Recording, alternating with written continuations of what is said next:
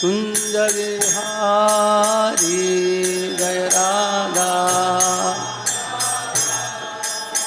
कुंज गोपी जना वल्लभा गिरिवरधारी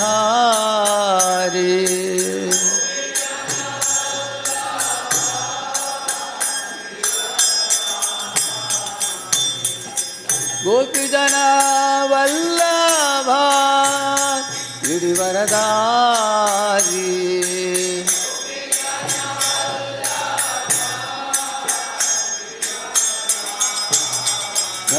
यशोदानंदन व्रज जनरंजन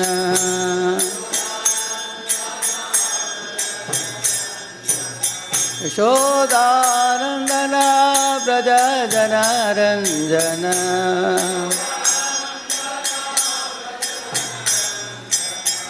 यमुना तीरा वनचारी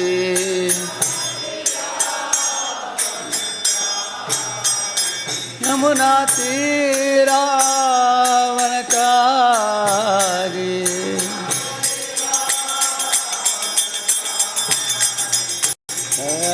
राधा माधवा कुंज बिहारी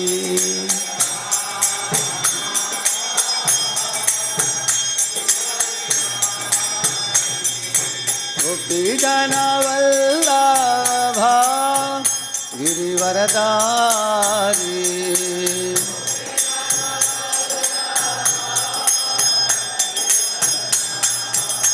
यशोदानंदन व्रज जनरंजन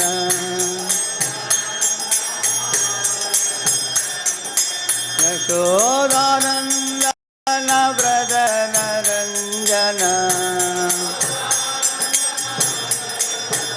यमुना तीरा वनचारी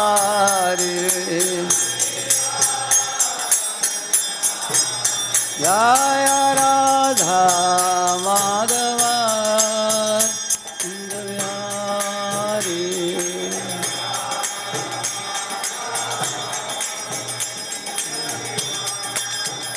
जय राधा माधवा कुंज बिहारी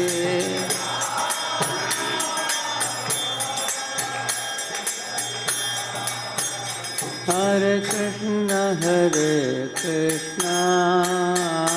कृष्ण कृष्ण हरे हरे हरे राम राम राम हरे हरे हरे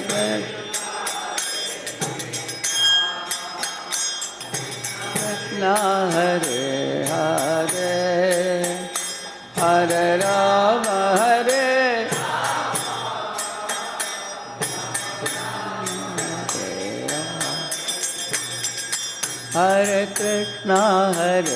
कृष्ण कृष्ण कृष्ण हरे हरे हरे राम राम राम हरे हरे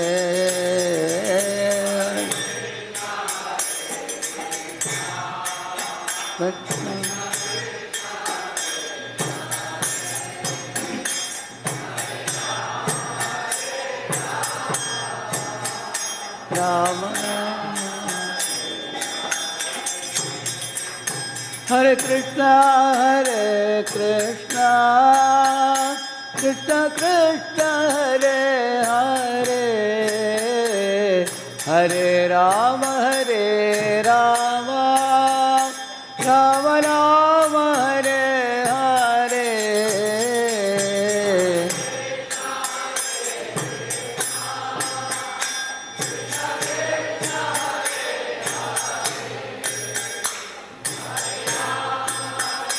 राम राम हरे Krishna Krishna Krishna Hare Hare Hare Rama, Rama Rama, Hare Hare.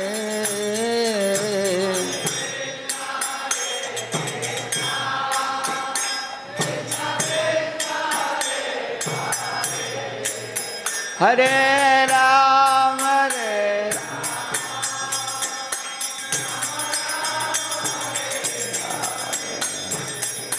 Hare Krishna, Hare Krishna, Krishna Krishna, Hare Hare, Hare Rama, Hare Rama, Rama Rama, Hare Hare, Hare Krishna, Hare Krishna.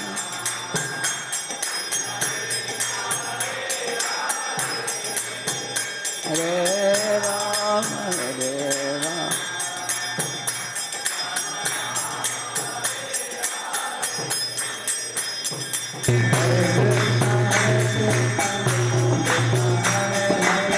Hare Ram, Ram Ram, Hare Hare. Hare Ram, Ram. Hare Krishna, Krishna Krishna, Hare Hare. Hare Ram, Ram Ram, Hare Hare.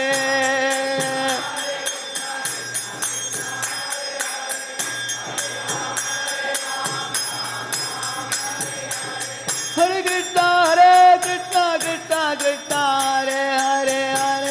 Hare Ram, Ram Hare Hare.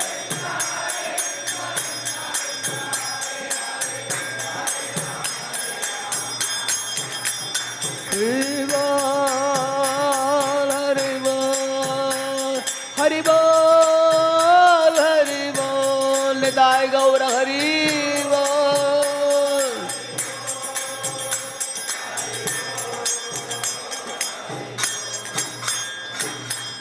Om Vishnupada Paramahamsa Parivrajagacharya Ashtottara Shatashri Srimad Divine Grace Abhaya Charana Aravinda Bhakti Vedanta Swami Srila Prabhupada Ki ISKCON Founder Acharya BBT Founder Acharya Divine Grace Srila Prabhupada Ki Ananta Koti Vaishnava Vrinda Ki Namacharya Haridas Thakur Ki प्रेम से कहो श्री कृष्ण चैतन्य प्रभु नित्यानंद श्री अद्वैत गदाधर श्रीवासादि गौर भक्त वृंद की श्री श्री राधा कृष्ण गोप गोपीनाथ श्याम कुंड राधा कुंड गिरि गोवर्धन की रज भूमि वृंदावन धाम की मथुरा धाम की द्वारकापुरी धाम की पुरुषोत्तम क्षेत्र जगन्नाथ पुरी धाम की श्री मायापुर नवद्वीप धाम की गंगामय यमुनामयी की भक्ति देवी तुलसी देवी की समावेत भक्त वृंद की all glories to assemble devotees,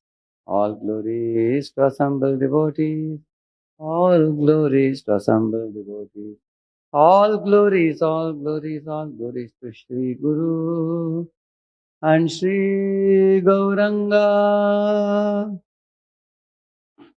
Om Ajnanatimirandasya Jnananjanashalakaya चक्षुर्वन्मीलितं येन तस्मै श्रीगुरवे नमः श्रीचैतन्यमनोभीष्टं स्थापितं येन भूतले स्वयं रूपः कदा मह्यं ददाति स्वपदान्तिकं वन्देऽहं श्रीगुरोः श्रीयुतपदकमलं श्रीगुरून् वैष्णवांश्च श्रीरूपं साग्रजातं सहगण रघुनाथान्वितं तं सजीवं साद्वैतं सावधूतं परिजनसहितं कृष्णचैतन्यदेवं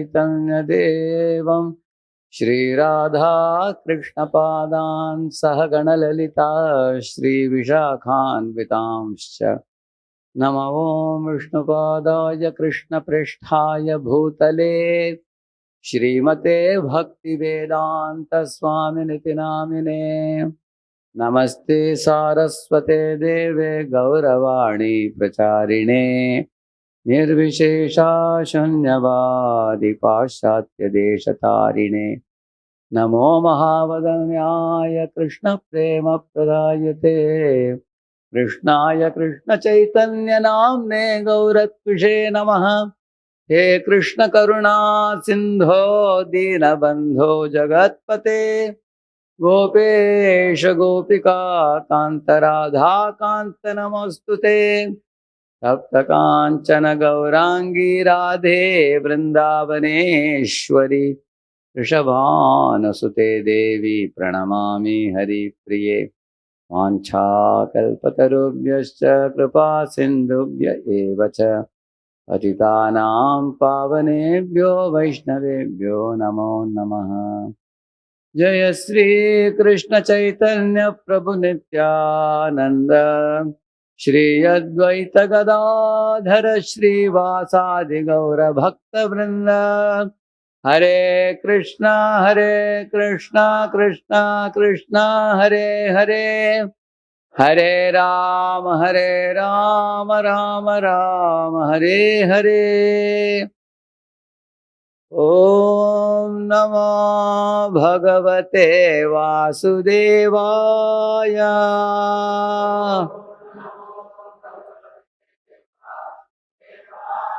ओम नमो भगवते वासुदेवाय।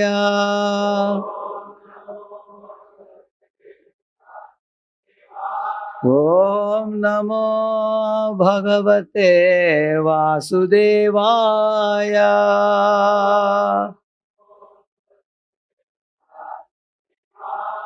नारायणं नमस्कृत्य नरं चैव नरोत्तमं देवीं सरस्वतीं व्यासं ततो जयमुदीरये। नष्टप्रायेष्व भद्रेषु नित्यं भागवत सेवया भगवत्युत्तम श्लोके भक्तिर्भवति नैष्ठिकी। कृष्णाय वासुदेवाय देवकी नंदनाय च नंदगोपकुमाराय गोविंदाय नमो नमः।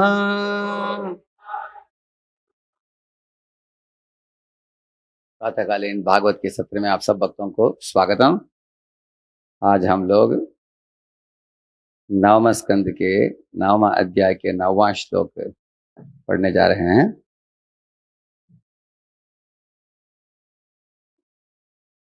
तथेति राज्ञा विहितं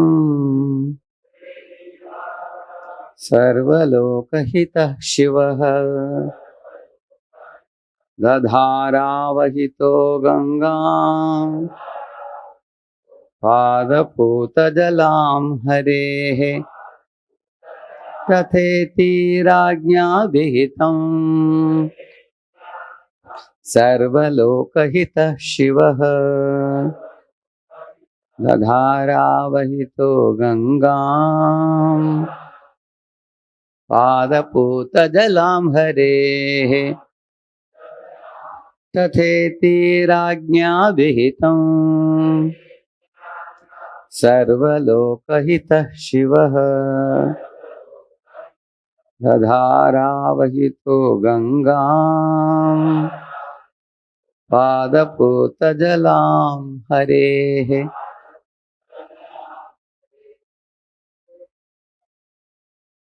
तथेति राज्ञा विहितं सर्वलोकहितः शिवः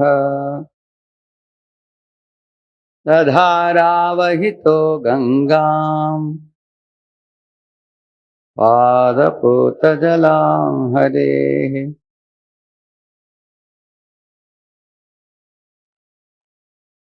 तथेति राज्ञा विहितं सर्वलोकहितः शिवः तो गंगा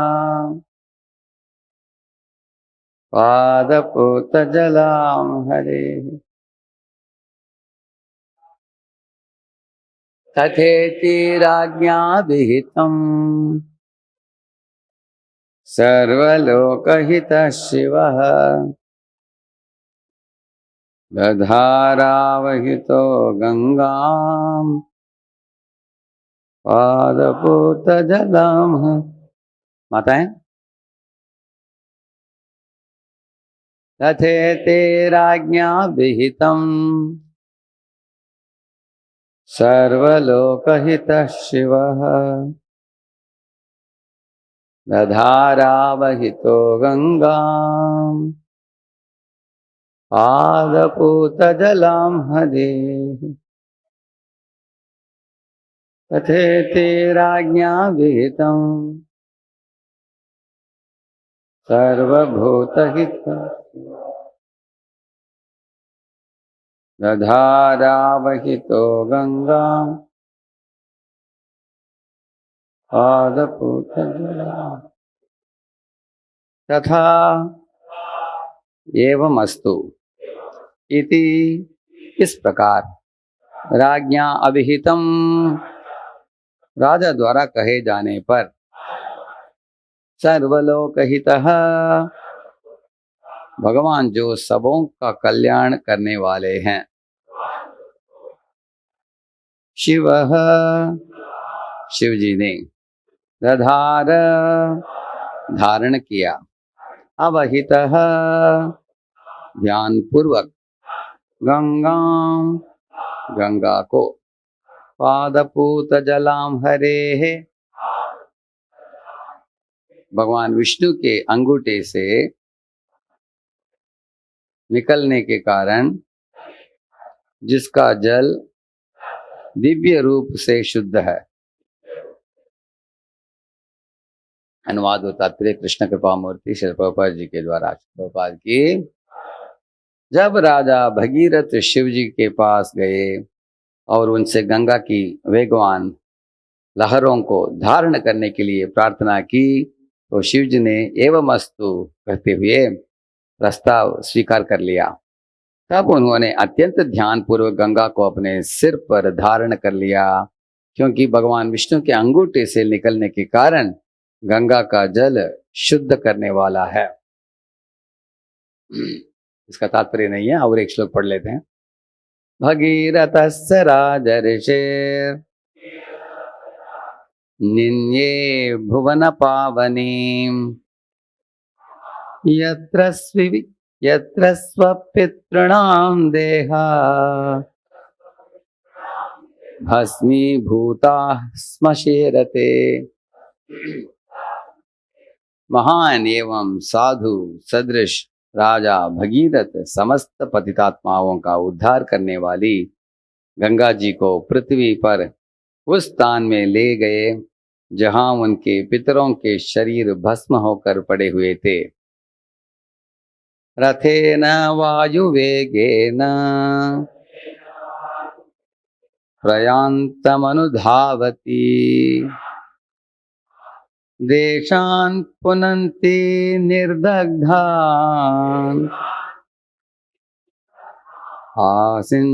आसिञ्चत् सगरात्मजान्। भगीरथ के वेगवान रथ पर सवार हुए और गंगा माता के आगे आगे चले, जो अनेक देशों को शुद्ध करती हुई उनके पीछे पीछे चलती हुई उस स्थान पर पहुंची जहां सागर के पुत्र भगीरथ के पितरों की भस्म पड़ी थी, जिन पर इस तरह गंगा का जल छिड़का गया।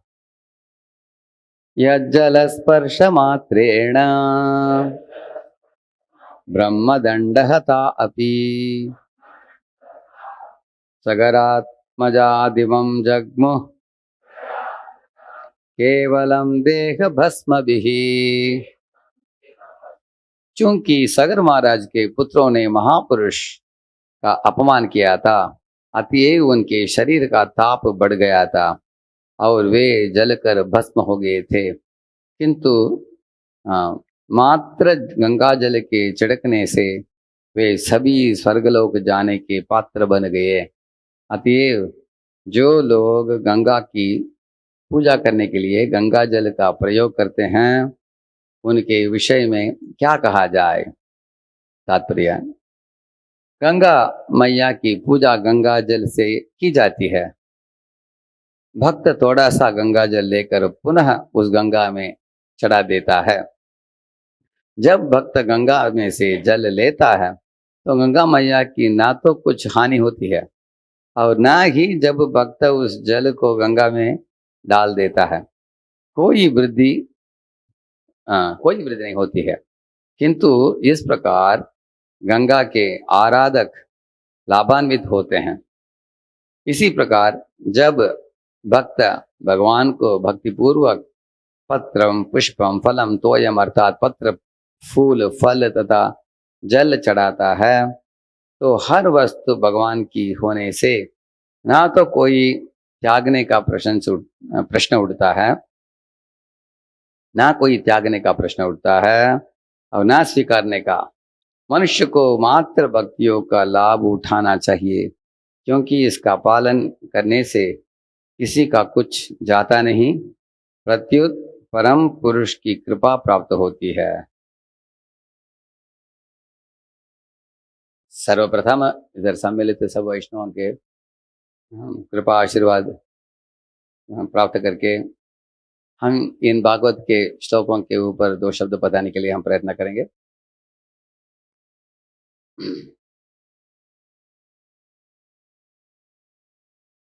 शिव जी परम वैष्णव हैं, वैष्णवानाम यथा शंभु, ऐसे एक श्लोक में पढ़ने को मिलता है भागवत के।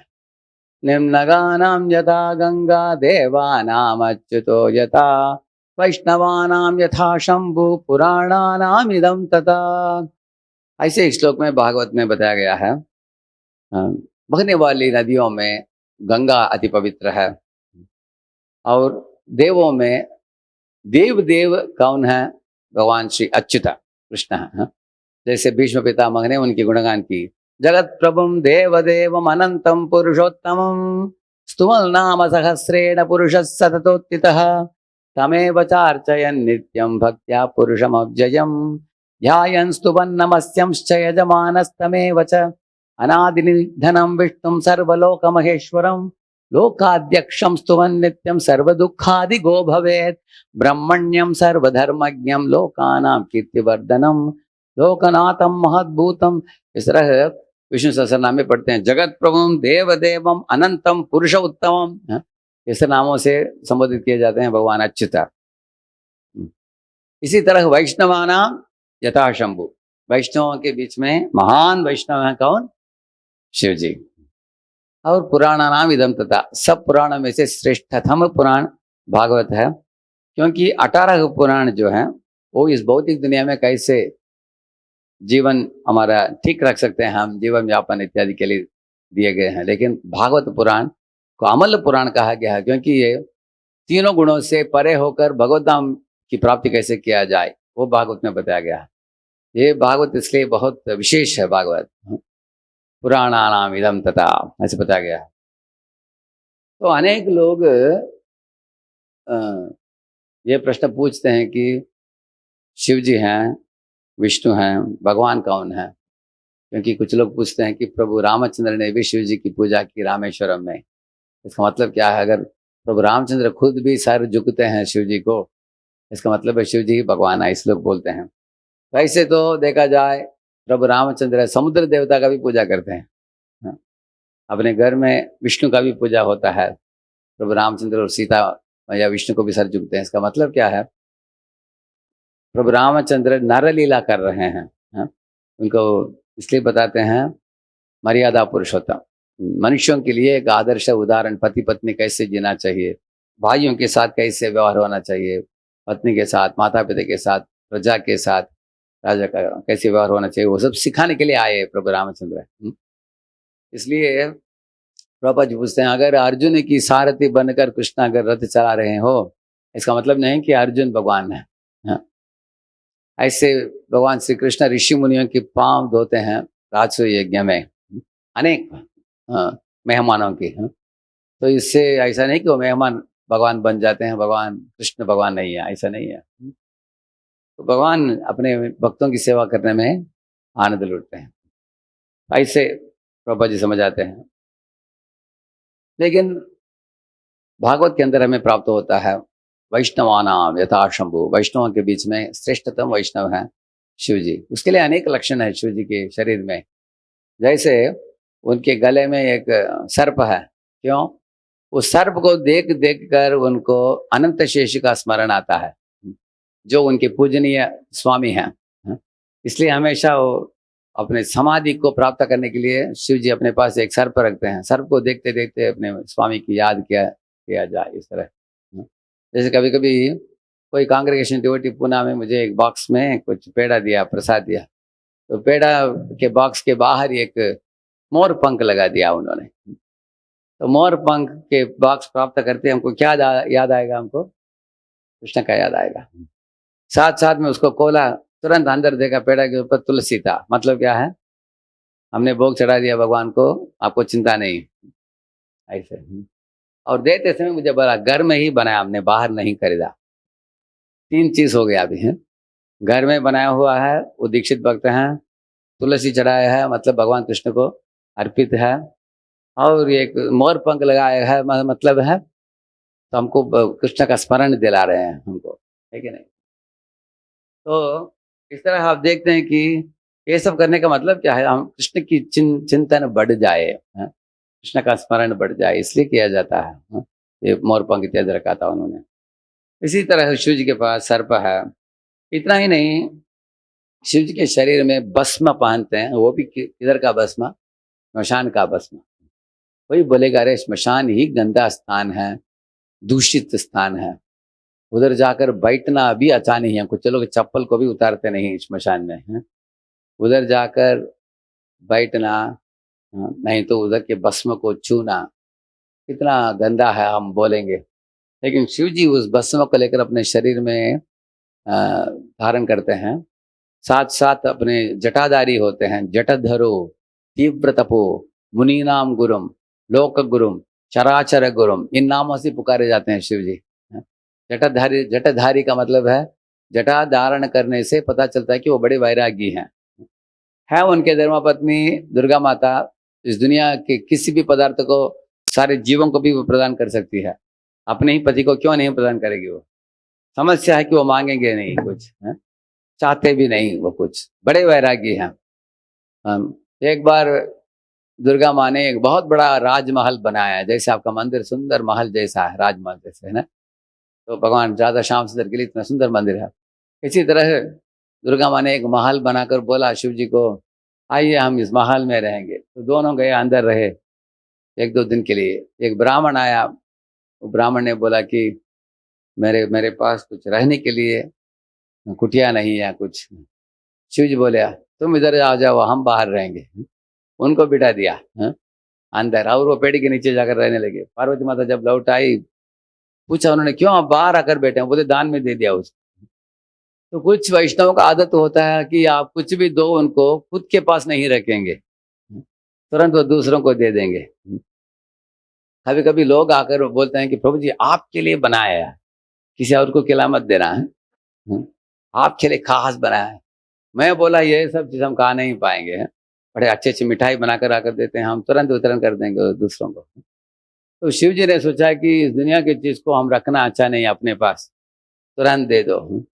तो पार्वती माँ को पता चल गया कि बड़े वैराग्य हैं, इनको देने से कुछ मतलब नहीं। तो इसलिए जटाधरो तीव्र तपो, तीव्र तपस में बैठे हुए रहते हैं। तपस किसके ऊपर करते हैं?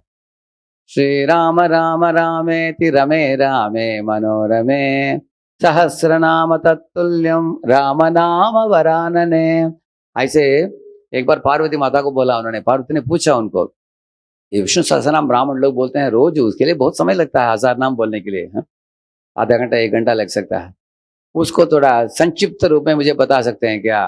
पार्वत्युवाच केनोपायेन लघुना विष्णोर्नाम सहस्रकम पठितैर्पंडितैर् नित्यम श्रोतुमिच्छाम्यहम् प्रभो।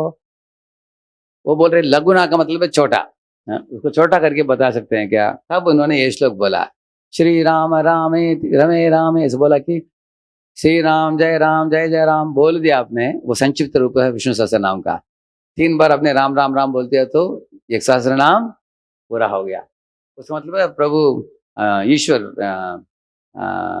शिव जी भी भगवान के नामों का लेते हैं, इससे बैठे हुए माला घुमाते हुए श्री राम जय जय राम ऐसे नाम लेते हैं, नहीं तो संकर्षण का मंत्र बोलते हैं ऐसे। तो इस तरह शिव जी श्मशान में रहकर जटाधारी बनकर तीव्र तपस्या करके उधर रहने का ये एक मूलभूत कारण है। उधर की भूत प्रेत पिशाच जो वसन करते हैं श्मशान में, वो इनसे आकर्षित हो जाते हैं। इनको देखकर वो सोचते हैं कि अरे हम जैसे ही कोई आ गया है इधर, ये भी जटाधारी है, ये मृग का चमड़ा पहना है, इस तरह पहनकर ये भी रहता है। उनको मालूम नहीं ये कौन है। जैसे प्रभुपाद जी हिप्पियों के बीच में जाकर रहे, हिप्पियों को लगा कि और एक हिप्पी आ गया हमारे पास, बाद में पता चला हिप्पी नहीं बड़े आचार्य हैं। सब हिप्पियों को हैप्पी बनाया उन्होंने। इसी तरह शिव जी श्मशान में रहकर सब भूत प्रेत पिशाचों के साथ मैत्री जोड़ते हैं। जब अपने नंदी में बैठकर जब शाम के समय विचरण करते समय भूत प्रेत पिशाच सब उनके साथ जाता है। तब देखते हैं कि कोई संध्या काल में पति पत्नी संभोग करते हो तो उनके योनि में एक भूत को डाल देते हैं उनको दंड देने के लिए। इसलिए कभी कभी माता पिता देखते हैं कि उनका बच्चा आया ऐसे बेटा बनता है, चिल्लाता है, चीखता है, उनको बहुत तकलीफ देता है, तंग करता है। माता पिता बोलते हैं कि अरे पिशाच हमारे घर में बेटा बन गया, बोलते हैं कभी कभी हैं, चिल्लाते हैं ऐसे बच्चों को। तो शिव जी उनको दंड के रूप में उनके योनि में डाल देते हैं भूत प्रेत को, लेकिन उस भूत के लिए एक मनुष्य जीवन का लाभ प्राप्त हो गया है। भूत के लिए प्रमोशन है, उस परिवार के लिए डिमोशन है। समझे ना आपने? परिवार में ऐसे एक तंग करने वाला आ गया, बेटा बन गया। हाँ, लेकिन भूतों के लिए क्या मिल गया? मनुष्य जीवन। इसके लिए शिव जी भस्म पहन कर उधर बैठे हैं, किधर? श्मशान में। वो प्रीचिंग का टेक्निक है उनका। हाँ, ऐसे बैठकर उनको आकर्षित करके उनको लेके आते हैं। प्रभुपाद भी जाकर देखा कि मैं अंदर कमरे में बैठे बैठे कोई नहीं आ रहा है, चलो पार्क में जाकर बैठो सबके बीच में। ठीक है, आप लोग अपने अपने वाद्य लेकर बजा रहे हो, मैं भी अपना वाद्य लेकर आऊंगा, मैं भी बजाऊंगा। ऐसे करके प्रभुपाद जी ने उनको उद्धार किया। इसी तरह शिव जी भी करते हैं ऐसे। और इसी तरह जब शिव जी के पास भगीरथ आकर विनती किया कि ऊपर से गंगा माता नीचे आने के लिए हिचकिचा रही है, क्योंकि अगर आएगी तो भूमि को तोड़कर नीचे पाताल में चली जाएगी, बहुत बड़ा दुर्घटना हो जाएगा। क्योंकि इतना तेजी से बहती हुई आएगी, इसको धारण करने के लिए मुझे कोई व्यक्ति चाहिए। ऐसे शक्तिशाली व्यक्ति की जरूरत है जो अपने जटा में धारण कर सकता हो। तब अनेक ऋषि मुनियों ने बोला, देवताओं ने बोला कि शिव जी को छोड़कर कोई नहीं कर पाएंगे इसको। तो उनके पास पहुंच गया, उनको विनती किया। तो शिव जी ने सोचा कि मैं एक कार्य करूं कि नहीं करूं। देखिए, वैष्णव का मतलब है कुछ भी कार्य करने के पहले वो सोचना चाहिए, ये कार्य करने से मुझे कृष्ण की स्मरण, कृष्ण की प्राप्ति हो सकता है क्या? हाँ, एक लड़का आया मेरे वरिष्ठ भक्त के पास, राधा गोपीनाथ प्रभु के पास आया। वो बोला कि प्रभु जी पहले कृष्ण भावनामृत में आने के पहले मैं एकदम नॉर्मल था, लेकिन भक्ति में आने के बाद अभी छोटे छोटे चीज के लिए भी मैं सोचना पड़ता है। मुझे कोई बुलाता है चलो बाहर जाते हैं, तुरंत मैं पूछता हूँ किधर बाहर जाना है? उसका फ्रेंड बोलता है सिनेमा जाना है। नहीं, सिनेमा नहीं आएंगे। मंदिर में जाते तो आता हूँ, नहीं तो नहीं।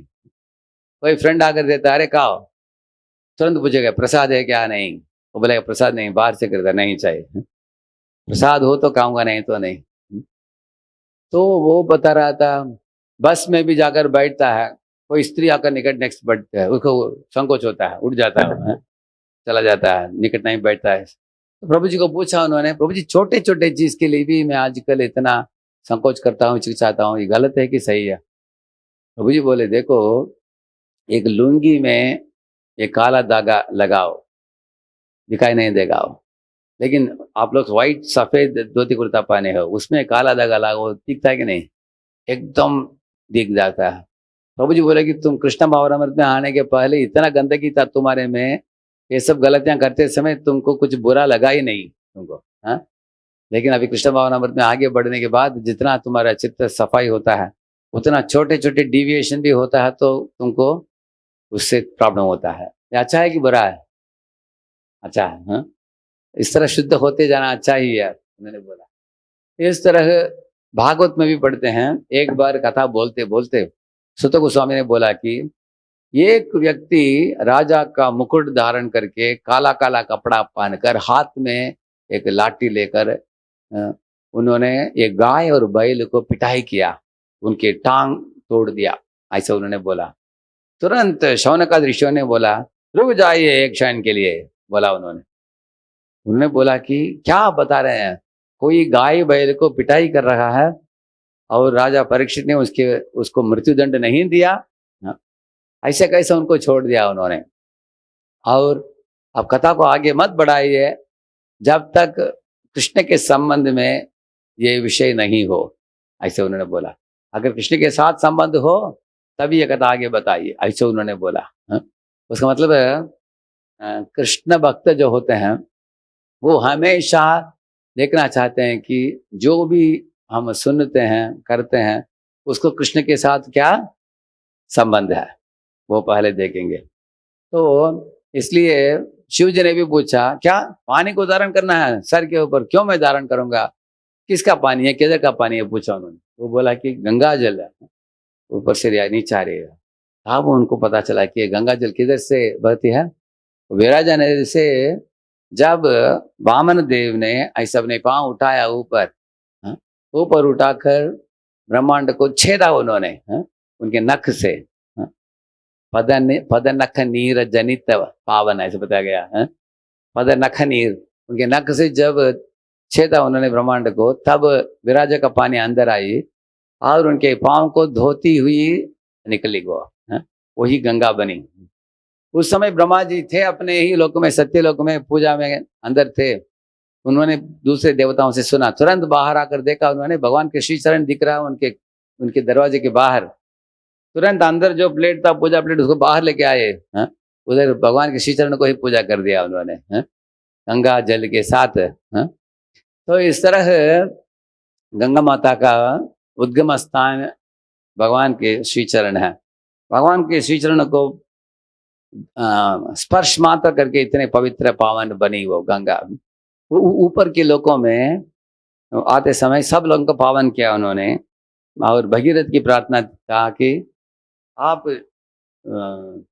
ये भी जो है तीनों लोगों का पावन कीजिए, आप इधर भी आइए, भूमि में भी, धरती में भी आइए आप। लेकिन उसके लिए तो बहुत बड़ा प्रयत्न करना पड़ा। उनके संप्रदाय में आप देखेंगे अंशुमन, दिलीप, अनेक लोग तपस्या करके उनका देहांत भी हो गया। लेकिन भगीरथ जो है श्रेष्ठ माना जाता है उनके परिवार में, क्योंकि गंगा को लाते समय अनेक समस्याएं आई थी उनको, सब सामने करते हुए। जैसे भगीरथ सामने रथ में जा रहा, पीछे पीछे गंगा आ रही थी, ऐसे गंगा बहती समय ऐसे ऐसे से बहती हुई आई। तो एक कुटिया के बाहर बैठकर जानु ऋषि ऐसे गायत्री कर रहे थे, उनका आचमन पात्र था। तो गंगा ऐसे ऐसी बहती बहती ऐसे उसको टोक दिया, उसको टोकती हुई आगे चलने लगी। जान ऋषि जग गए आवाज सुनकर, देखा कि ये कौन है स्त्री अपने पांव से टुकरा कर जा रही है, आगे कैसे मैं इसको जाने दूंगा। तुरंत उन्होंने गंगा को रोककर पी लिया उसको, एक घुटनी में ऐसे एक ही इसमें पी लिया उन्होंने। तो भगीरथ आगे जा रहा था, मुड़कर देखा रहे गंगा नहीं आ रही है, तो पीछे यू टर्न लेकर जाना पड़ा उनको। जाकर देखा उन्होंने, जान ऋषि को पूछा माफ कर दीजिए माफ कर दीजिए। वो बोला तुम माफ मांग रहे हो, लेकिन वो कैसे मेरे आचमन पात्र को टुकरा कर जा रही है, वो हंस रही है, उसको कुछ ये नहीं है, बुरा लगा नहीं उसको। तो वो बोला कि नहीं नहीं नहीं आप छोड़ दीजिए। और उन्होंने बताया कितना इंपॉर्टेंट है, सगर के 60,000 पुत्र मरे हैं, उनके लिए गंगा आ रही है, उनको ये करने के लिए बहुत विनती किया उनको। भगीरथ के अंदर जो नम्रता था बहुत दुर्लभ देखने के लिए, इतनी नम्रता से उन्होंने विनती की। जान ऋषि ने बोला ठीक है मैं छोड़ता हूँ गंगा को, लेकिन मेरे नाम से जोड़कर इसका नाम होना चाहिए, क्योंकि मैंने उसको पी लिया है, अभी कान से छोड़ने वाला हूँ, इसलिए मेरी पुत्री बन गई है, आज से मेरी पुत्री है। इसलिए उसका नाम रहा क्या रहेगा, जानवी रहेगी। हाँ? जान ऋषि के कान से निकली वो गंगा, आगे बढ़ती हुई गई ऐसे। हाँ? इसी तरह जब ऊपर से आते समय शिव जी धारण करने के लिए तैयार हो गए थे। जब भगीरथ ने बोला इनको गंगा को, आपको शिव जी की जटा के अंदर प्रवेश करना है, उसके बाद आपका थोड़ा स्पीड कम हो जाएगा, उसके बाद आप धरती में आ सकती हो। तो पहले गंगा ने बोला, ची ची ची, जटा में, ये तो कितने समय से नहा नहीं इसने, ऐसी जटा के अंदर हमको प्रवेश करना है, हम तो पवित्र हैं, इसके अंदर कैसे प्रवेश करेंगे। शिव जी बहुत नाराज हो गए, क्या क्या बोला आपने, ऐसा बोल दिया है। तो उत्तेजित हो गए, वो तांडव करने लगे। तो वो बोले, ऐसी वो बोल रही तो मैं इसको स्वीकारूंगा नहीं, ऐसे मना कर दिया उन्होंने। था भगीरथ ने बैठकर शिव जी के लिए तपस्या किया बहुत समय। उनकी तपस्या से प्रसन्न होकर शिव जी शांत हो गए, खुश हो गए। भगीरथ, तुम जो मांगोगे मैं दे दूंगा तुमको, बताओ क्या चाहिए वत्स आपको। भाई गंगा चाहिए हमको। अरे उसके साथ हमारा प्रॉब्लम है? फिर भी तुमने हमको इतना प्रसन्न कर दिया, हम गंगा को स्वीकारेंगे, नो प्रॉब्लम, ऐसे बोल दिया। देखिए, इस्कॉन में रहते समय हमको शिव जी से, भगीरथ से सीखना होगा हमको, शिव जी से नहीं, भगीरथ से। देखिए, अलग अलग लोगों के साथ हम लोग बातचीत करते समय कभी ईगो प्रॉब्लम हो जाता है। ईगो प्रॉब्लम हो जाता तो दो चीज हमें सीखना चाहिए, तुरंत हाथ जोड़ना, नीचे गिर जाना। ये दोनों सीख लिया, आप कोई भी आपसे खुश हो जाएगा इस दुनिया में। कृतांजलि मुद्रा है और नमस्कार की मुद्रा, ये दो मुद्रा एकदम पावरफुल है। ये किसी भी एक बार एक उपनिषदों में कहानी आता है, गंगा जब हिमालय से बहती हुई जब नीचे आती है, तब एक ऋषि ने गंगा माता को पूछा, हे गंगे, मैं देख रहा हूं कि इधर लंबे लंबे अनेक घास हैं इस पहाड़ में, वो उनके ऊपर तुम जाती हो, उनको उखाड़ती नहीं, उनको मारती नहीं, लेकिन बड़े बड़े पेड़ हैं, उनको जड़ से उखाड़ कर तुम फेंक देती हो, इसका कारण क्या है। तो वो बोले कि देखो, ये जब घास जो है, मैं जब तेजी से बहती हुई आती हूँ वो झुक जाते हैं, लेकिन पेड़ जो झुकते नहीं उनको काट देती हूँ, ऐसे बोला उन्होंने। तो इसी तरह भगीरथ की नम्रता से शिव जी भी प्रसन्न होकर गंगा को धारण करने के लिए सहमत हो गए हो। तो इस तरह पावन गंगा तो धीरे धीरे उन्होंने लाया, भूमि में लाया, नरक में लेके गया, अतल स्थल महातल तलातल रसातल पाताल। पाताल लोक में कपिल देव, भगवान कपिल देव बैठकर सांख्य योग के पिताजी हैं, ये कपिल जी जो हैं, उन्होंने ही सांख्य योग दिया माँ देवहूति को, उनको शिष्या बनाकर। और वो उधर बैठकर ध्यान मुद्रा में बैठकर ध्यान कर रहे थे। तो राजसु यज्ञ की घोड़ा जो था, उसको किसने उधर उनके निकट बांध कर रखा था।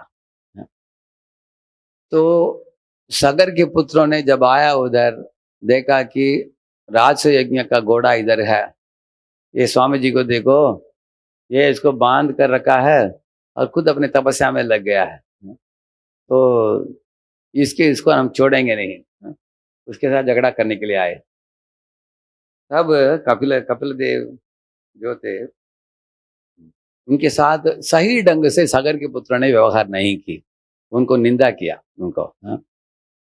तो कपिल ने कुछ नहीं किया, कपिल का कारण, कपिल जी ने उस घोड़े को नहीं लाया था, किसी और ने बांधा था उसको। कभी कभी ऐसे हो जाता है, गलत फहमी हो जाता है। कोई पुजारी में कुछ स्वीट चोरी किया है और आपके लॉकर के नीचे रखा है वो, तो तुरंत मैनेजर आकर पकड़ेगा आपको, तुमने महाप्रसाद चोरी किया का। आप बोलेंगे, प्रभु जी मुझे कुछ मालूम नहीं। तुमको मालूम नहीं तो तुम्हारे लॉकर के नीचे कैसे है। तो बाद में पता चलता है, कोई नहा धोकर आता है, बाद में उठाता है उसको, तब पकड़ा जाएगा। तो अगर गलती से आपके साथ किसी ने झगड़ा कर दिया कि आपने उठा कर रखा, तो आप भी नाराज हो जाएंगे कि नहीं, है? इस तरह कपिल जो थे वो नाराज नहीं हुए, ये आश्चर्य की बात है।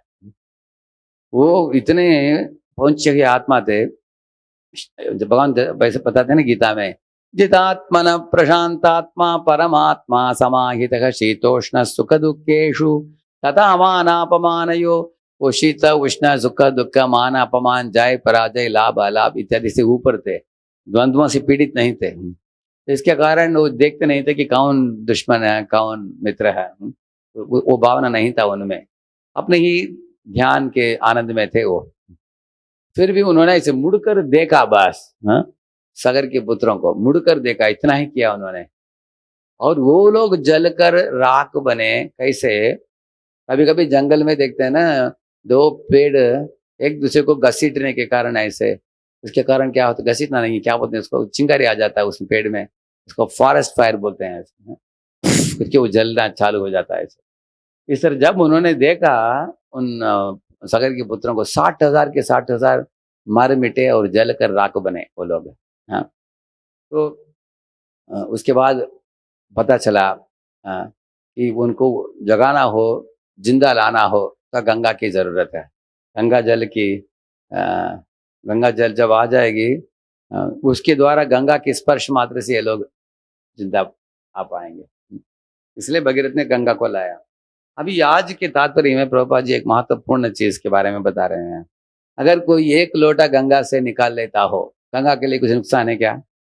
अगर वो लोटा को वापस कर देता हो, गंगा के लिए लाभ है क्या? नहीं। इसी तरह प्रभुपाद जी बता रहे हैं कि हाँ, भगवान कृष्ण भी ऐसे ही हैं।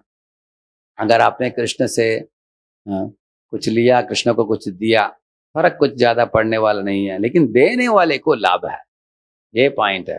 हाँ, कृष्ण को अगर कोई छोटा चीज भी दे देता है, उसके लिए बड़ा लाभ है उसको। तो इसके लिए अनेक उदाहरण है। सुदामा ने कल हम बता रहे थे, सुदामा जो है उन्होंने कुछ पोहे लेकर आए थे। पोहा बड़ी चीज नहीं है, सबसे सस्ता चीज है, लेकिन प्रेम से दिया हुआ पोहा प्राप्त करके कृष्ण ने सुदामा के लिए बहुत बड़ा मकान दिया, नौकर चाकर दिए हैं। आप देखेंगे, दिया सुदामा ने पोहा, भगवान ने दिया बहुत मकान। इसी तरह कल फल वाले की बोल रहे थे हम, है ना, फल वाले जो है उन्होंने 2-4 आम दे दिया है। 20 रुपये का दिया होगा आम, उनको 20 लाख का मिल गया है माल, भगवान ने दे दिया ऐसे। तो कुछ लोग सोचते हैं, अरे भगवान को हम थोड़ा बहुत देने से भी बहुत प्राप्त होता है, चलो अच्छा। प्रभु जी बोलते हैं कि लोग भगवान को देना चाहते हैं कुछ, एक मुट्ठी 2 मुट्ठी, कुछ फल नहीं तो फूल। सोचते हैं कि इसके बदले में भगवान बड़ा मकान दे देंगे, बड़ा कार दे देंगे, बहुत करोड़पति बना देंगे हमको। इस तरह की भावना से, अपेक्षा से कोई करता है तो वो सही नहीं है। अपेक्षा के बिना जो छोटे भी चीज भी हो दिया जाता है, वो प्रेम से देना चाहिए। प्रभुपाद जी बता रहे हैं कि भगवान इतना ही नहीं देखते कि आप क्या देते हो, भगवान देखते हैं क्या अपने पास रखते हो, वो भी देखते हैं भगवान। अगर कोई करोड़पति आकर एक कॉइन डालेगा इधर मंदिर में, भगवान बोलेंगे अरे तुम्हारे पर्स में इतना मोटा पर्स है, सिर्फ एक कॉइन डाला तुमने। तो भगवान की अपेक्षा है कि तुम्हारा अगर करोड़पति हो तो भगवान के लिए मंदिर बांधो, नहीं तो भगवान के लिए एक बड़ा गाड़ी दो किताब वितरण के लिए ऐसे है। लेकिन अगर कोई गरीब से गरीब व्यक्ति हो, उसके पास पैसा ज्यादा नहीं है, थोड़ा बहुत है खाने पीने के लिए बस, और वो एक कॉइन देता है तो भगवान उससे प्रभावित होते हैं। करेक्ट है ना? भगवान देखेंगे कि हमारी भावना क्या है, किस भावना के साथ हम देते हैं, वो देखेंगे। लेकिन देने वाले को लाभ ही लाभ है, उनका कुछ नुकसान नहीं है। अभी अभी आप ने पढ़ा होगा, जो कुब्जा जो थी, वो मथुरा में चंदन का लेप लगाने के लिए लेके जा रही थी कंस के लिए, रोज लेके जाती थी कंस राजा के लिए। एक दिन कृष्ण बलराम अपने मित्रों के साथ सड़क में चलते चलते कुब्जा को देखा। भगवान ने कुब्जा की मजाक उड़ाया। उन्होंने बोला कि हे मित्रों, देखो खूबसूरत स्त्री बहुत लंबी चल रही है, देखो। तब सब मित्र हंस पड़े। तब कुब्जा को देखकर भगवान ने बोला, तुम किधर जा रही हो, क्या काम के लिए जा रही हो? वो बोली कि मैं राजा के लिए चंदन का लेप लेके जा रही हूँ। भगवान ने उनको बोला कि अगर वो चंदन बलराम को और मुझे तुम दे दोगी, तुम्हारा जीवन धन्य हो जाएगा। तब वो कुबड़ी त्रिवक्रा जो थी, कुछ भी हिचकिचाए बिना तत्क्षण दे दिया उन्होंने, भगवान को, बलराम को दे दिया चंदन। तो भगवान लगा लिया, इधर भी लगा लिया भगवान ने, कंधे के ऊपर भी था। भगवान ने मन ही मन सोचा कि इसको कुछ, मुझे इसके साथ आदान प्रदान करनी चाहिए। इन्होंने मेरे लिए कुछ किया है, सेवा किया है। तुरंत भगवान ने अपने श्री चरण को कुब्जा के चरण पाँव के ऊपर रखा और उनके गाल को पकड़कर ऐसे जर करके उठाया। एक क्षण मात्र में उनका शरीर एकदम खूबसूरत हो गया, हाँ, कुब्जा का ऐसे। तो प्रभुपाद जी बोलते हैं कि कुब्जा कुबड़ी थी। इसी तरह इस दुनिया में भटकने वाले हम सब जीव भी कुब्जा जैसे, हमारा कुबड़ी क्या, हमारा पूर्व जन्म का पाप कर्म का बोझ, वो हमको कुबड़ी बनाया है, ऐसे बोलते हैं। बड़े बड़े सिनेमा एक्टर्स एक्ट्रेसेस भी कुबड़ी हैं। क्यों? क्योंकि उनके अकाउंट में भी क्या है, पाप का अकाउंट है ऐसे। लेकिन हम लोग भी चलते हैं, लेकिन किसकी सेवा में हम जाते हैं इस दुनिया में? अनेक लोग बोलते हैं कि मैं कंपनी में सर्विस कर रहा हूँ। क्या सर्विस है? कंपनी में जाते हैं, सर्विस बोलते हैं, लेकिन अगर कंपनी वाले पैसा नहीं देंगे तो सर्विस भी खत्म हो जाएगा, है कि नहीं? वो सर्विस, असली सर्विस शब्द इस्तेमाल किया जाता है भगवान की सेवा के लिए। भगवान की सेवा किसी भी हेतु के बिना किया जाता है। आप भगवान की सेवा के लिए पैसा नहीं लेते हो, हम सिर्फ भगवान की सेवा वॉलंटरली करते हैं, उसको सेवा बोलते हैं उसको। जैसे कुब्जा ने की, कुब्जा ने कुछ अपेक्षा नहीं रखा भगवान को देते समय, तो उस समय भगवान ने उनको जिस तरह खूबसूरत बनाया। प्रभुपाद जी बोलते हैं कि हम सब लोग भी खूबसूरत बन जाएंगे अगर हम भगवान के लिए कुछ सेवा देते हैं तो। तो उन्होंने थोड़ा सेवा की भगवान के लिए और लाभ मिला बहुत उनको, कुब्जा को ऐसे। इसी तरह भगवान ने टेलर जो था, वो टेलर भी था, और एक सुदामा नाम के एक फूल वाला भी था, उनको भी बहुत बहुत आशीर्वाद दिया भगवान ने। उन लोगों को भी बोला कि इस दुनिया में भी तुम सही ढंग से जियोगे और तुम्हारी मृत्यु के बाद मेरे वैकुंठ धाम तुमको प्राप्त हो जाएगा, ऐसे भगवान ने दिया उनको। इसलिए आप लोग कभी टाइम मिलते समय पढ़िए 5वां स्कंद में 3रा अध्याय, बहुत सुंदर अध्याय है। उधर एक बार ब्राह्मण लोग इकट्ठित होकर यज्ञ किया। मेरु देवी और नाभि नाम के राजा था, नाभि राजा था, मेरु देवी उनकी धर्मपत्नी थी। उनको पुत्र भाग्य की इच्छा थी, लेकिन उनकी इच्छा थी कि भगवान ही हमारे पुत्र बने, ये इच्छा थी उनकी। तो उन्होंने ब्राह्मण को अव्यक्त किया अपनी इच्छा। ब्राह्मण ने यज्ञ किया।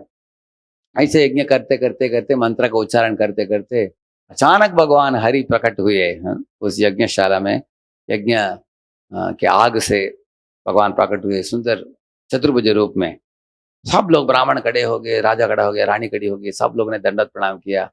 तब उन्होंने प्रार्थना किया। उन्होंने बोला कि हे भगवान, हमको आश्चर्य हो रहा है कि आप खुद ही आ गए। आपने आपके कोई नौकर चाकर को नहीं भेजा, आप खुद ही प्रकट हो गए। लेकिन अभी हम लोगों को संकोच हो रहा है मांगने के लिए, क्योंकि ये राजा और रानी चाहते हैं कि आप जैसे एक पुत्र इनको प्राप्त हो। और ब्राह्मण बोलते हैं कि इन लोगों को महान शुद्ध भक्तों की संग नहीं मिला, इसलिए हम जैसे कर्मकांडी ब्राह्मणों को लगाकर अपने कुछ भौतिक इच्छा को इन लोगों ने प्रकट की है, आपको। इसलिए आप लोग बुरा मत मानना। फिर भी क्योंकि आप आए हैं, आपके लिए हम ये एक प्रार्थना अर्पित करेंगे, ऐसे बोलकर उन्होंने एक प्रार्थना अर्पित की। अथ कथंचित् स्खलनचोत्पदन जृंभण दुरवस्थानादिषु विवशानां न स्मरणायां ज्वरमरण दशायां सकल कश्मल निरसनानि तव गुणकृत नामधेयानि वचन गोचराणि भवन्तु। ऐसे एक प्रोस ऑर्डर में एक प्रार्थना है।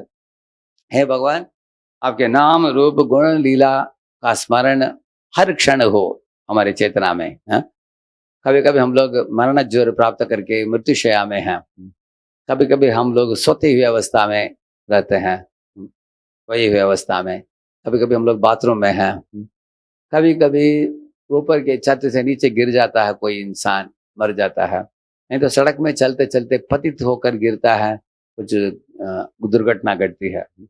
किसी भी परिस्थिति में हम लोग आपके नामों को ना भूले, ऐसे उन्होंने प्रार्थना की। और उधर वो बताते हैं, अभी आप आए हैं हमारे समक्ष, आपकी पूजा, आपकी आराधना, आपके लिए बलि अर्पण करना, जैसे फूल फल अगरबत्ती, नहीं तो दिया इत्यादि हम लोग जो करते हैं, इससे आपको लाभ नहीं है। लाभ किसको है? किसको है? हमको लाभ है।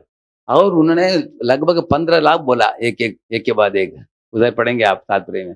वो बताते हैं कि आपको जो पूजा करता है जीव, वो पाप कर्मों से बच जाता है। वो पाप कर्म करने में उसके लिए पाप कर्म में प्रवृत्त जो था जीव पहले, आपके भक्ति मार्ग में आने के बाद उसको पाप कर्म करने में कुछ रुचि नहीं है, रुचि चला जाता है। वो बोलते हैं इतना ही नहीं, आप पाप कर्म फल को आप मिटा देते हो। पाप कर्म फल को भी मिटाते हो, पाप कर्म की प्रवृत्ति को भी मिटा देते हो, पाप कर्म बीज को भी आप जला देते हो। हाँ? तो काम कर्म बीज जो हमको सताते हैं अंदर मन ही मन, उनको भी आप जला देते हो। हाँ? और इतना ही नहीं, अविद्या अज्ञानता को आप मिटा देते हो, और आपको पूजा करने वाले जीवों को जो भी चाहिए आप प्रदान करते हो, चाहे वो धन हो, हाँ, धर्मपत्नी हो, जमीन हो, सोना चांदी हो, नहीं तो धरती में हो, स्वर्गलोक में हो। अगर कोई जीव मुक्त भी होना चाहता है, मुक्ति भी आप प्रदान कर सकते हो, आप मुक्ति के भी आप कैवल्यनाथ हो। हाँ? लेकिन अगर कोई जीव इच्छा करता है मुझे सिद्धि चाहिए, सिद्धि भी प्रदान कर सकता हो उसके लिए। हाँ? नहीं तो अगर कोई जीव सिर्फ आपकी सेवा ही सेवा करना चाहता है, उसको भगवत धाम में आप ले लेते हो, उसको स्वरूप प्रदान करते हो, अपने पास रखते हो। इस तरह आपके पास आने वाले जीवों के लिए अनेक तरह के वरदान प्रदान करने वाले आप वरद ऋषभ हो। हैं? वरद ऋषभ का मतलब है वरदान प्रदान करने वाले। दक्षिण भारत में कृष्ण के विग्रह का नाम है वरदराज। हैं? वरदान देने में बड़े राजा हैं भगवान ऐसे। तो इस तरह वो बता रहे हैं कि कृष्ण के पास आकर जुड़ने वालों को लाभ ही लाभ है, उसमें कुछ नुकसान नहीं है। आप अनेक भक्तों का उदाहरण ले सकते हैं, सुदामा का दिया मैंने। तो एक बार ऐसे हुआ, हम एक कॉलेज प्रचार में कुछ नए नए भक्त लोग आए थे, वो 2-4 माला करने वाले भक्त आ रहे थे। वो हमारे एक केंद्र में आकर वो लोग नाच रहे थे बहुत बढ़िया कीर्तन में। तो कोई पुराना भक्त था, 4-5 साल का भक्त था। तो वो थोड़ा उसको किसी के भक्तों के साथ कुछ झगड़ा था उसका, वो सीनियर था 4-5 साल का। तो वो थोड़ा हताश हुआ था अपने भक्ति मार्ग में। उन्होंने जब ये नए नए विद्यार्थियों को देखा नाच रहे थे गा रहे थे, ये बोला इन लोगों को, अरे आप लोग अभी नए नए आए हो इसलिए नाच रहे हो गा रहे हो आप हैं? अभी 4 साल हमारे जैसे ठहरो तो भगवान आपको जो भी है आपके पास है सब कुछ ले लेंगे भगवान है। और भगवान आप और इस तरह हताश हो जाओगे मेरे जैसे, ऐसे उन्होंने बोला। भाग गए वो चारों लोग हैं, 6 महीने के लिए आए नहीं। तो मुझे जब पता चला मैंने बोला बुलाओ उनको, तो बुला कर लेके आए 4 लोगों को। मैंने उनको बोला, बिठाया उनको, देखो भगवान के पास आने वाले के लिए कल्याण ही कल्याण है, मंगल ही मंगल है, किसी भी तरह का नुकसान नहीं है। तो ये समझाने के लिए मैंने उनको सुदामा का कथा बताया, कुब्जा का बताया, ये फल वाले का बताया मैंने, और टेलर का बताया, और फूल वाला का बताया, श्रुतदेव बहुलाश्व इनका बताया, और अहिल्या का बताया, प्रभु रामचंद्र। तो इस तरह बोलकर उनको पूछा कि बताओ इन सब कथाओं में नुकसान किधर हुआ, किसी को लाभ ही लाभ हुआ सबको।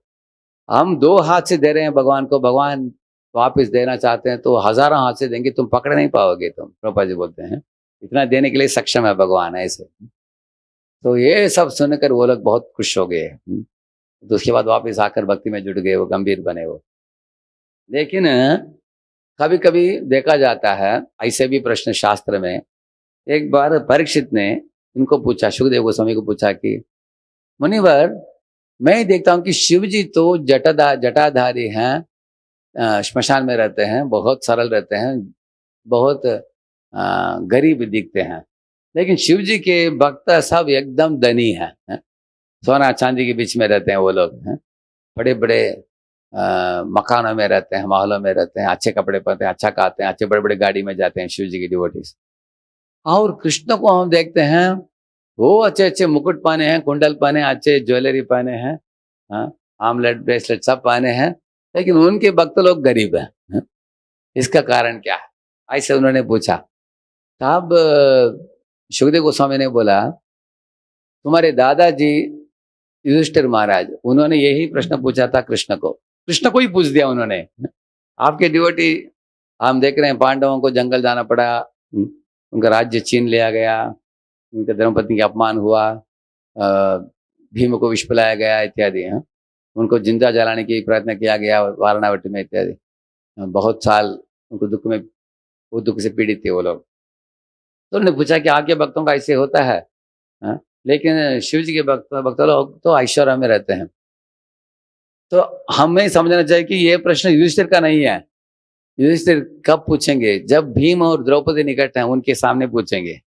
ये प्रश्न किसके लिए पूछ रहे हैं वो? हाँ, भीम और द्रौपदी के लिए। वो दो लोग बहुत अतृप्त हैं। वो सोचते थे कि युधिष्ठिर महाराज हमेशा बेंड होते जा रहे हैं दुर्योधन और कौरवों के लिए, इसलिए उनके सामने पूछेंगे युधिष्ठिर महाराज उनकी खुशी के लिए। तो ये प्रश्न सुनकर द्रौपदी और भीम बोलेंगे हाँ सही पूछा, सही पूछा, आपके भक्तों का आप ऐसे क्यों रखते हो? तब भगवान ने मुस्कुराया। भगवान ने तब बोला, जवाब बोला भगवान ने, यस्याहम अनुगृह्णामि हरिष्ये तद धनम शनैः। भगवान बोले कि देखो, देवता लोग आपको इस दुनिया में सोना चांदी जमीन पुत्र भाग्य इत्यादि देते हैं।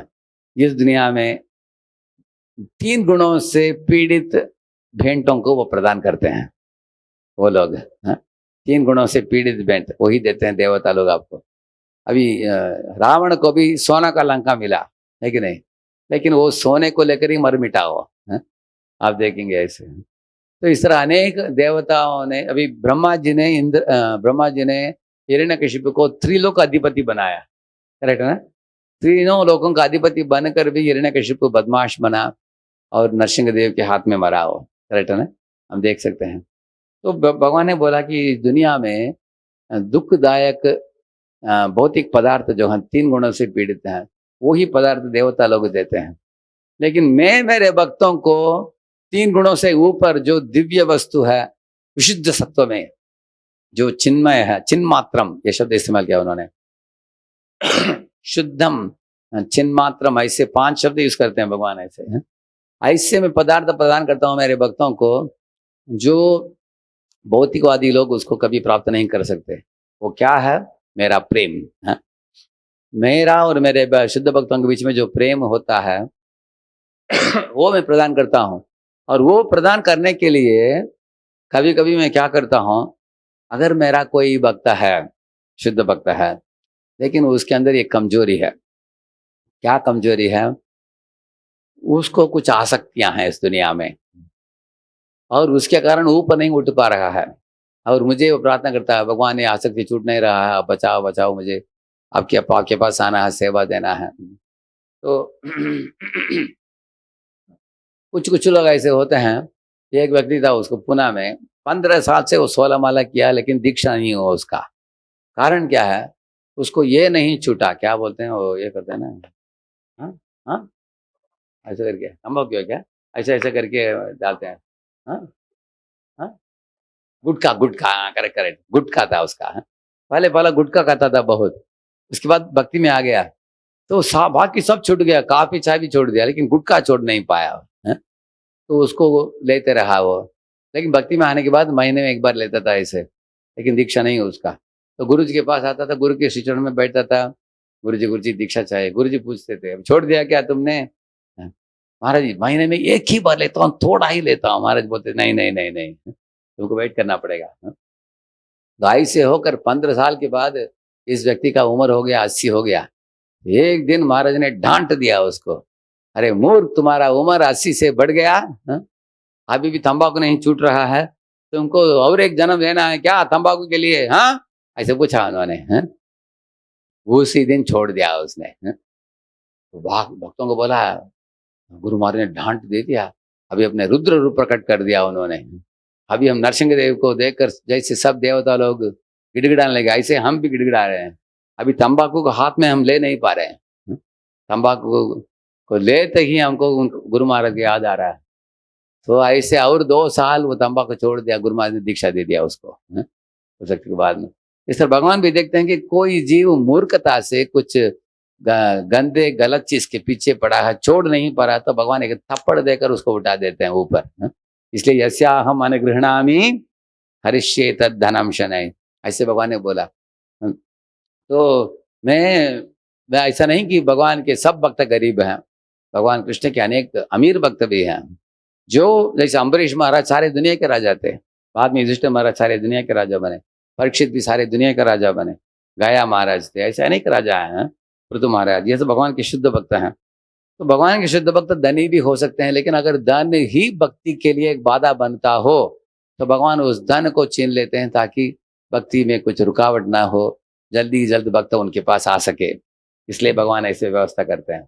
हाँ, नहीं तो भक्त लोग कैसे देखते हैं? अभी भरत महाराज आहुति दे रहे हैं यज्ञ कुंड में, देख रहे हैं किसको? हिरण को। ये सही है क्या? जैसे एक व्यक्ति की एक हाथ में जपमाला है, दूसरे हाथ में स्मार्टफोन है, ऐसे हरे कृष्णा कृष्ण कृष्ण हरे ऐसे कर रहा है, देख रहा है, अच्छा है क्या वो? तो एक दिन ऐसे एक भक्त कर रहा था, उसका स्मार्टफोन चोरी हो गया उसका। वो बोल रहा था, प्रभु जी सालों साल मैंने पैसा इकट्ठित करके स्मार्टफोन खरीदा, वो चोरी हो गया है। तो उसके फ्रेंड ने बोला, चोरी होना ही अच्छा है तुम्हारे लिए, क्योंकि तुम जपा करते समय उसको देखते रहे है ना, इसलिए चोरी कर दिया, भगवान ने कर दिया। वो बोला, प्रभु जी और एक स्मार्टफोन कर देना तो मुझे और 3 साल कमाना पड़ेगा मुझे। तो अभी उसके बाद बटन फोन आ गया, अभी उसके बाद छोटा फोन। तो भगवान ऐसे कर देते हैं। अगर कोई भक्ति में ध्यान नहीं दे रहा, तो भरत को क्या किया भगवान ने? एक हिरण का शरीर दे दिया, करेक्ट है ना? लेकिन भगवान कितने अति कृपालु परम दयालु, आप देख सकते हैं, हिरण के शरीर में भी भगवान ने उनको स्मरण दे दिया कि पहले तुम भरत थे, लेकिन आपने राज्य सब कुछ छोड़ छाड़ कर जंगल में आकर भी भक्ति में गंभीर नहीं बने, बहुत शीतलता आ गई आपकी भक्ति में। इसको बोलते हैं यत्न शैथिल्यम। हाँ, यत्न शैथिल्यम करके शीघ्र स्वामी बताते हैं इसमें एक गीता के श्लोक में। यत्न शैथिल्य का मतलब है हमारे यतन में जब शीतलता आता है तब भगवान हमको चिमटी देते हैं भक्त को ऐसे। तो चिमटी के रूप में उन्होंने उनको हिरण का शरीर प्रदान किया। हिरण का शरीर प्राप्त करके वो पछताने लगा, रोने लगा। वो तो बहुत सुधार आ गया उनके जीवन में। अपने जन्म स्थान जो कलंजर पर्वत था उसको छोड़कर वो गए पुलहाश्रम में। हाँ, क्यों? जन्म स्थान में सब लोग हमको खिलाएंगे पिलाएंगे, सब हंसी मजाक उड़ाएंगे, दूसरों के साथ समय की बर्बादी हो जाएगा। नाता रिश्ता के साथ रहते हुए उनको छोड़कर वो चले गए किधर? तपोवनम में, पुलहाश्रम में। दूसरा है, पुलहाश्रम में भी ऐसा नहीं कि खाया पिया सोया, घास खाते थे, वो सूखा घास वही खाते थे। क्यों सूखा घास? सूखा घास खाने से हमारे इंद्रिय प्रबल नहीं होंगे। हम भी इस्कॉन में शुरुआत में कुछ अच्छे अच्छे प्रसाद खाते हैं, लेकिन धीरे धीरे हमको प्रसाद को सिंपल कर देना चाहिए, सरल। क्योंकि सरल प्रसाद खाने से हमारे इंद्रिय शांत हो जाएंगे, मन और इंद्रिय। उन्होंने सूखा घास खाया। उसके बाद तपोवन में बैठकर ऋषि मुनियों के कथा में शामिल होकर उन्होंने भी कथा का श्रवण किया। और जब अकेले रहते थे तभी आंखों से अश्रु बहाते थे और पछताते थे, हे कृष्णा कितना बड़ा मूर्ख था मैं, इतना सब त्यागने के बावजूद भी, जंगल में आने के बावजूद भी पुनः मैंने एक एक छोटे हिरण के ऊपर उसके ऊपर आकर्षित हो गया मैं। तो मैं अनासक्त होकर मेरी सब आसक्ति आपके ऊपर बढ़ाऊं। जैसे कृष्ण बताते हैं 7वें अध्याय के पहले श्लोक में, मय्यासक्त मना पार्थ योगम युञ्जन मदाश्रयः असंशयम समग्रम माम यथा ज्ञास्यसि तच्छृणु। तो मेरे ऊपर कैसे आसक्ति बढ़ाना है मैं तुमको बता दूंगा अर्जुन, ऐसे भगवान बताते हैं। इसलिए बलि महाराज जो थे उनको शुक्राचार्य ने बोला कि ये जो ब्राह्मण आया है तेजस्वी ब्राह्मण, अगर तुम इसको अर्घ्य दोगे ये तुमसे क्या लेगा इसका कुछ भरोसा नहीं। हो सकता है ये साक्षात विष्णु है, तुम्हारे पास जो भी हो सब कुछ ले लेगा वो, ऐसे उन्होंने बोला। तब बलि ने सोचा कि अगर भगवान ही मेरे दरवाजे में आए हैं तो भगवान ही सब चीजों की उद्गम स्थान है। सब जीवों के पास जो भी धन दौलत है, जमीन है, उनके पास जो भी ऐश्वर्य है, सब कुछ भगवान का ही है। ऐसे भगवान ही खुद मांगने के लिए आए हैं, उनको देने के लिए मुझे क्यों हिचकिचाना चाहिए? वो तो प्रभु हैं, अनंत कोटि ब्रह्मांड के नायक हैं वो। तो उन्हीं की सेवा करना ही जीव के लिए परम कल्याणकारी चीज है, मंगलमय है। इस तरह सोचकर उस ब्राह्मण की ओर देखा। वो वामन देव जो थे इतने खूबसूरत थे, उस ब्राह्मण को देखकर इनके हृदय में एक प्रेम जग गया। किसके हृदय में? बलि महाराज के हृदय में। उन्होंने हिचकिचाए बिना हाथ में पानी लेकर अर्घ्य कर दिया, दे दिया उनको। तो तत्क्षण त्रिविक्रम का रूप धारण करके वामन देव ने ऊपर के नीचे के लोगों को 2 पाँव में माप लिया, हाँ? और 1 पाँव रखना था उनको। तब उन्होंने पूछा, हे बलि, तुमने 3 पाँव दिया मुझे, अभी 2 ही पाँव के लिए जगह मिला मुझे, अब तीसरे पाँव के लिए जगह तुम्हारे पास है नहीं, इसलिए मैं तुमको वरुण पाश को लेकर तुमको कैदी बनाऊंगा। ऐसे बंदी किया उनको। तब उनके गुरु शुक्राचार्य ने उनको श्राप दिया, और मिनिस्टर लोग जो थे वो लोग चिल्ला रहे थे और प्रजा रो रहे थे, और विंध्यावली डांट रही थी। उनकी जो धर्म पत्नी है वो बोल रही थी कि हे भगवान, इस दुनिया में सब भूमि गोपाल के हैं, लेकिन मेरे पति जैसे जो है व्यक्ति बलि, वो सोच रहा है कि वो ये सब उनका है और उन्होंने आपको दान में दिया। इसे विंध्यावली बोल रही थी। तो ऐसी कठोर परिस्थिति में अगर हम होते तो मर भी जाते थे हम लोग, हैं। उस समय ब्रह्मा जी की आंखों में अश्रु निकलने लगा। वो बोले कि हे भगवान, आप तो ये गंगा जल से, तुलसी मात्र से आप तुष्ट हो सकते हो इस दुनिया में। ये तो बलि है, ये सारे तीनों लोगों की संपत्ति को आपके पास दे दिया है इसने, है? जो शुक्राचार्य की बात भी ना मानकर आपको दिया है। इससे बढ़कर और क्या चाहिए आपको, बताइए, है? आप क्यों इस तरह बलि को सता रहे हो? आप इतना बड़ा दंड देना ठीक नहीं है, ऐसा उन्होंने बताया। तब भगवान वामन देव ने बोला, उनको त्रिविक्रम ने बोला, ब्रह्मा जी शांत हो जाओ आप, क्योंकि ये क्लाइमैक्स सीन है, हाँ? क्योंकि मैं अभी देखना चाहता हूं कि बलि अभी क्या करेगा, हाँ? या तो मेरा शरण आएगा, नहीं तो मेरे साथ झगड़ा करेगा। हिरण्यकशिपु ने क्या किया अंतिम क्लाइमैक्स पॉइंट में, जब नरसिंहदेव खंभ से बाहर निकले ऐसे, हाँ? जब खंभ टूटने के बाद तुरंत बाहर निकले ना, सत्यम विधातुम निज भृत्य भाषितम व्याप्तिम च भूतेष्वखिलेषु चात्मनः अदृश्यतात्यद्भुत रूपमुद्वह स्तंभे सभायाम न मृगम न मानुषम। तो ना मृगम न मानुषम, ऐसे ग्रुप लेकर नरसिंहदेव जब आए, इनको मालूम था कि विष्णु ही आए हैं इस रूप में। ऐसे हिरण्यकशिपु को मालूम था। क्या उनका शरण लिया? क्या नहीं लिया। अपने हाथ में तलवार लेकर लड़ाई करने लगा वो।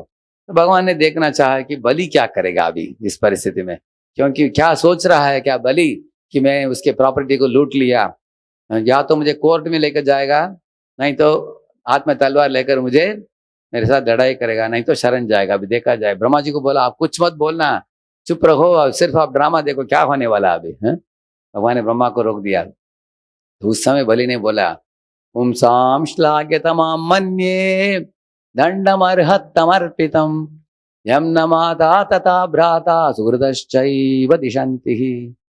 हे स्वामी, इस दुनिया में माता, भाई इत्यादि लोग कभी कभी एक लड़के को दंड दे देते हैं उसकी भलाई के लिए। आप, लेकिन वो लड़का जानता है कि अगर माता चिमटी देती है, लाफा देती है, तो मेरी भलाई के लिए कर रही है। इसी तरह आप जो हो, अभी इस तरह मुझे दंडित किया है आपने, वर्णपाश से बांधा है, हाँ? और मेरे पास और कुछ जमीन नहीं है देने के लिए, लेकिन मेरा सर है। जमींदार जो होता है वो जमीन से अलग है, हाँ? इसलिए मैं जमीन दे दिया आपको। भी तीसरा पांव मेरे सर के ऊपर रखिए, मैं आपका गुलाम बन जाऊंगा। आप जिधर बुलाओगे मैं उधर आऊंगा, जो सेवा दोगे मैं करूंगा। आज से मैं आपको हो चुका हूँ, हाँ? इस तरह बोलकर बलि ने साक्षात अष्टांग प्रणाम करके हाथ कृतांजलि मुद्रा में जो हाथ जोड़कर उनके चरणों में आश्रय लिया। भगवान की आंखों में अश्रु निकलने लगा। भगवान ने तुरंत उठाया बलि को, बोले कि बलि, तुमने तुम्हारे शरणागति के द्वारा मुझे जीत लिया है, हाँ? तो मैं तुमको जीतने के लिए त्रिविक्रम का रूप धारण किया, लेकिन तुम अपने प्रेम के द्वारा मुझे जीत लिया हो, इसलिए मैं तुमको 3 वरदान देता हूँ। तुमको सुतल लोक बिलस स्वर्ग में तुमको राजा बनाऊंगा। दूसरा है, मैं उसी राज्य महल के बाहर में एक द्वारपाल बनकर खड़े रहूंगा। और तीसरा है, अगले जन्म में तुम इंद्र बनोगे, और जो संपत्ति तुमसे मैंने उठा लिया अभी उसका वापस कर दूंगा तुमको, क्योंकि तुम ही इंद्र बनोगे। अभी तुमसे लेकर मैं इंद्र को देने वाला हूँ, अगर ये इंद्र रिटायर होने के बाद उसका संपत्ति तुमको आ जाएगा, हाँ? इस तरह तुम्हारा कुछ भी नुकसान नहीं बलि। इस तरह बोलकर भगवान बलि महाराज के राजमहल के बाहर खड़े रहे। हर दिन बलि अंदर जब जाता था, भगवान के सुंदर स्वरूप को देखने को मिलता था। तो भगवान वामन देव के साथ उनका प्रेममय संबंध जुड़ गया। ऐसे आप देखते हो। बलि महाराज के महल में बाहर भी खड़े थे, लेकिन उन्होंने काम भी किया। क्या काम किया? एक बार रावण आया था उधर बिल स्वर्ग में। उसने सुना था कि बिल स्वर्ग जो है स्वर्ग से भी श्रेष्ठ है, उधर ऐशाराम इतना है। वो देख निकले ये रावण आया, अगर अच्छा हो तो इधर भी हम झगड़ा करने के लिए आएंगे, हैं इसको चोरी कर लेंगे, इस तरह सोचते हुए आया उधर। वामन देव ने देखा, बोला कि रावण तुमको मालूम नहीं मैं किसका द्वारपाल हूँ? बलि महाराज द्वारपाल हूँ, आओ इधर। बुलाया उन्होंने रावण को। रावण निकट आए, ऐसे एक लात मारा उनके वक्षस्थल पर, उधर से उड़ते उड़ते हुए जाकर लंका में जाकर गिर पड़ा वो, हाँ? ऐसे वामन, मतलब वामन देव वो द्वारपाल ही नहीं बने, लेकिन ड्यूटी भी किया उन्होंने, हाँ? लेकिन वामन देव सब ड्यूटी अपने पांव से ही करते हैं। पहले तीनों लोगों को माफ करने के लिए अपने पांव से ही उठाया, अभी पांव से ही लाद दिया उन्होंने। तो इस तरह आप देखेंगे भगवान को देने से बलि को कुछ नुकसान हुआ क्या? कुछ नुकसान नहीं हुआ। यही सिखाया जा रहा है इस तात्पर्य में। प्रभु जी बताते हैं हम कृष्ण को देते समय कभी हिचकिचाना नहीं चाहिए। हम कृष्ण को ये देंगे तो करोड़ों मात्रा में वो वापस लौट आएगा। हम और अंततोगत्वा सब कुछ कृष्ण के ही हैं, हम भी कृष्ण के हैं। इस भावना को हर एक भक्त को अपने हृदय में आत्मसात करनी चाहिए। हाँ? और इस भावना में अगर हम रहेंगे तो ऐसे भक्तों को भगवत प्राप्ति बहुत जल्दी हो सकता है, क्योंकि भगवान सोचेंगे कि जैसे भक्तिनाथ ठाकुर ने गीत गाया, वो बोलकर हम प्रवचन को विराम देंगे।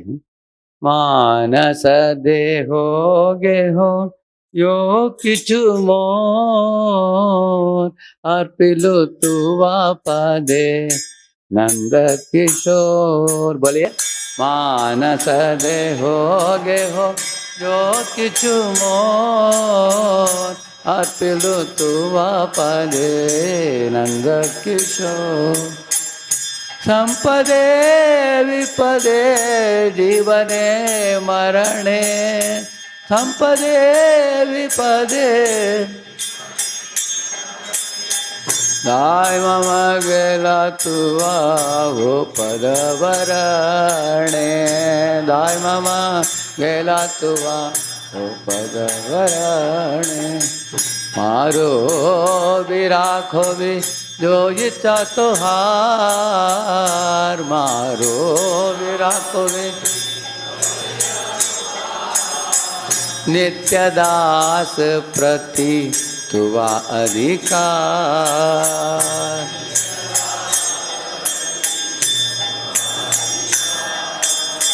संपदे विपदे जीवने मरणे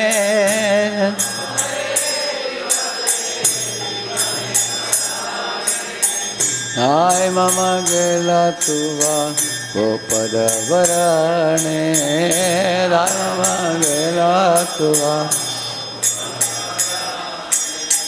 कीट जन्म हो यथा तुवा दास कीट जन्म नित्य दास प्रति तुवा अधिकार।